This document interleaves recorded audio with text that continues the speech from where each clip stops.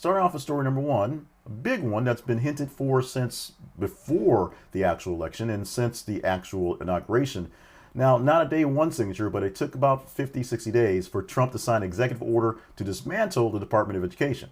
What does that mean? It means a lot, actually. Happening yesterday, Donald Trump had an executive order signing during a very public, very interesting ceremony with a bunch of kids signing their own executive orders as well, I guess, to dismantle the Department of Education. Now, he can't actually do it just with signing the paperwork, but this actually transfers, what he was doing is transfer education authority back to the states and local communities. A long-standing conservative goal that's basically when this was put in place, the department by Carter back in the 70s. Reagan wanted to get rid of it immediately, but it could not be done. It took 45 years to get it done. Now, President Trump criticized the department for its inefficiencies and escalating costs since it was written into law, brought into law by Congress in 1979. He argued that despite the significant federal investment into this, education outcomes have not met expectations.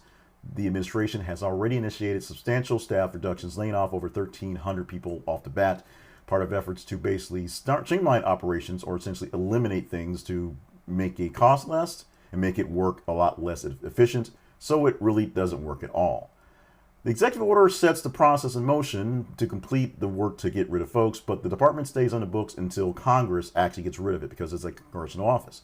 So the current political landscape basically says it's going to happen. There's no reason for the representatives who are Republican to not get rid of this thing, although there is the resistance, if you will, from Democrats trying to fight the powers that be at various levels of success, most of them not very. We'll see how this thing plays out and whether the photo op that is there, Trump and all the kids signing executive orders beside him, is the big kicker because Trump likes a party, Trump likes a show, and whether the actual impact, i.e. giving the rights back to the states to run their own education, which states already do, just without special funding, special